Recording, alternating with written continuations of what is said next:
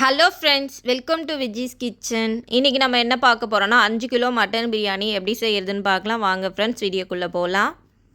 இன்றைக்கி நம்ம விறகடுப்பில் தான் பிரியாணி செய்ய போகிறோம். அடுப்பை பற்ற வச்சுக்கோங்க. பிரியாணி பாத்திரத்தை வச்சுக்கலாம். தேவையான ஸ்பைசஸ்லாம் எடுத்து வச்சுக்கோங்க. பாத்திரத்தில் 1/2 லிட்டர் அளவுக்கு எண்ணெய் சேர்த்துக்கலாம். எண்ணெய் நல்லா காஞ்ச பிறகு எடுத்து வச்ச ஸ்பைசஸ்லாம் சேர்த்துக்கலாம். இப்போ இது நல்லா பொரியட்டும்.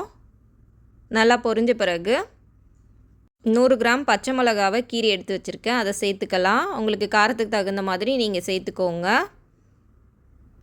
2 கிலோ வெங்காயம் நீல வாக்கில் கட் பண்ணி வச்சுருக்கேன். இப்போ அதை சேர்த்துக்கலாம். சேர்த்துட்டு உப்பு சேர்த்து வதக்கிக்கலாம். உப்பு சேர்க்கறதுனால வெங்காயம் சீக்கிரம் வதங்கிடும். இப்போ வெங்காயம் நல்லா கோல்டன் ப்ரௌனாக நல்லா செவந்து வரட்டும். அந்த அளவுக்கு நம்ம வதக்கிக்கலாம். வெங்காயம் ஓரளவுக்கு நல்லா வதங்கிடுச்சு பாருங்கள். அரைச்சி எடுத்து வச்சுருக்க இஞ்சி பூண்டு பேஸ்ட்டு சேர்த்துக்கலாம். சேர்த்துட்டு நல்லா வதக்கி விட்டுக்கோங்க, இல்லைனா அடி பிடிச்சிடும். நல்லா பச்சை வாசனை போகிற அளவுக்கு நல்லா வதக்கி எடுத்துக்கலாம். இப்போ இஞ்சி பூண்டு நல்லா வதங்கிடுச்சு.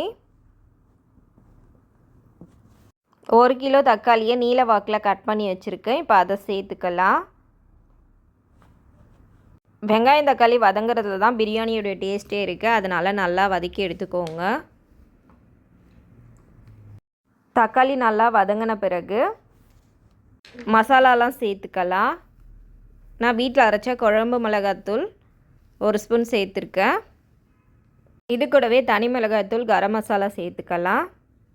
கொஞ்சமாக மஞ்சள் தூள் சேர்த்துக்கோங்க.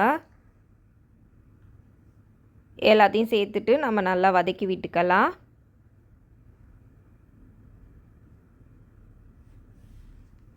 வீட்டில் அரைச்ச பிரியாணி மசாலா 1 ஸ்பூன் சேர்த்து நல்லா வதக்கிக்கிறேன்.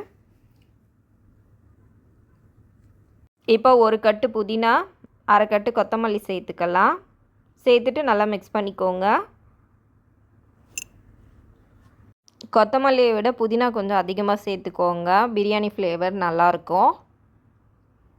இப்போ இதை நல்லா மிக்ஸ் பண்ணிக்கலாம். இப்போ இதில் 1/2 லிட்டர் தயிர் சேர்த்துருக்கேன். இப்போ 2 லெமன் பிழிஞ்சு சேர்த்துக்கலாம்.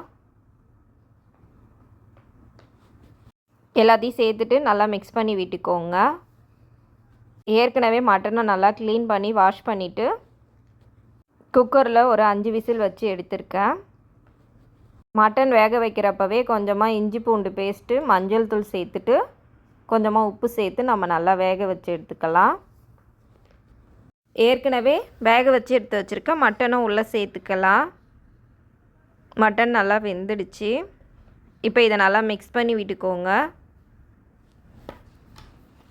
நல்லா மிக்ஸ் பண்ணி விட்டுட்டு தேவையான அளவு தண்ணி சேர்த்துக்கோங்க. தண்ணி வந்து 1க்கு 1.5ங்கிற மாதிரி சேர்த்துக்கலாம். 1 கிளாஸ் அரிசினா 1.5 கிளாஸ் அளவுக்கு தண்ணி சேர்த்துக்கோங்க. இப்போ தண்ணிலாம் சேர்த்தாச்சு. இப்போ இது நல்லா கொதிக்கட்டும். நல்லா கொதிக்க ஆரம்பிச்சிடுச்சு. இப்போ இதை நல்லா மிக்ஸ் பண்ணி விட்டுட்டு 15 மினிட்ஸ்க்கு முன்னாடி அரிசியை நல்லா வாஷ் பண்ணிவிட்டு ஒரு 15 மினிட்ஸ் ஊற வச்சு எடுத்து வச்சுருக்கேன். இப்போ அரிசியை சேர்த்துக்கலாம். நிறைய செய்கிறதுனால பாதி அளவுக்கு ஃபஸ்ட்டு அரிசியை போட்டு நல்லா மிக்ஸ் பண்ணிவிட்டு அப்புறம் மீதி பாதியை சேர்த்துக்கலாம். கிண்டுறதுக்கு ஈஸியாக இருக்கும். இந்த மாதிரி ஒரு தடவை பிரியாணி ட்ரை பண்ணி பாருங்கள், ரொம்பவே நல்லாயிருக்கும். ரைஸ் ரொம்ப நேரம் ஊறக்கூடாது, 15 மினிட்ஸ் ஊறினாலே போதும். இல்லைனா நம்ம இந்த மாதிரி மிக்ஸ் பண்ணுறப்ப ரைஸ் உடஞ்சிடும். அதனால் 15 மினிட்ஸ் மட்டும் ஊற வச்சுக்கோங்க. இப்போ எல்லா ரைஸுமே சேர்த்து நல்லா மிக்ஸ் பண்ணியாச்சு. இப்போ நல்லா மிக்ஸ் பண்ணி விட்டுக்கோங்க. ரைஸ் நல்லா பாதி அளவுக்கு நல்லா வெந்து வரணும். அதுக்கப்புறம் நம்ம தம் கட்டிக்கலாம். இந்த ஸ்டேஜில் 200 கிராம் நெய் எடுத்து வச்சுருக்கேன். அதை சேர்த்துட்டு கொஞ்சம் கொஞ்சமாக சேர்த்து நல்லா கலந்து விட்டுக்கோங்க. இப்போ தண்ணிலாம் நல்லா சுண்டிடுச்சு பாருங்கள். இப்போ நம்ம நெய்யை சேர்த்துட்டு தம் கட்டிக்கலாம். இதுக்கப்புறம் அடுப்பு எரியக்கூடாது.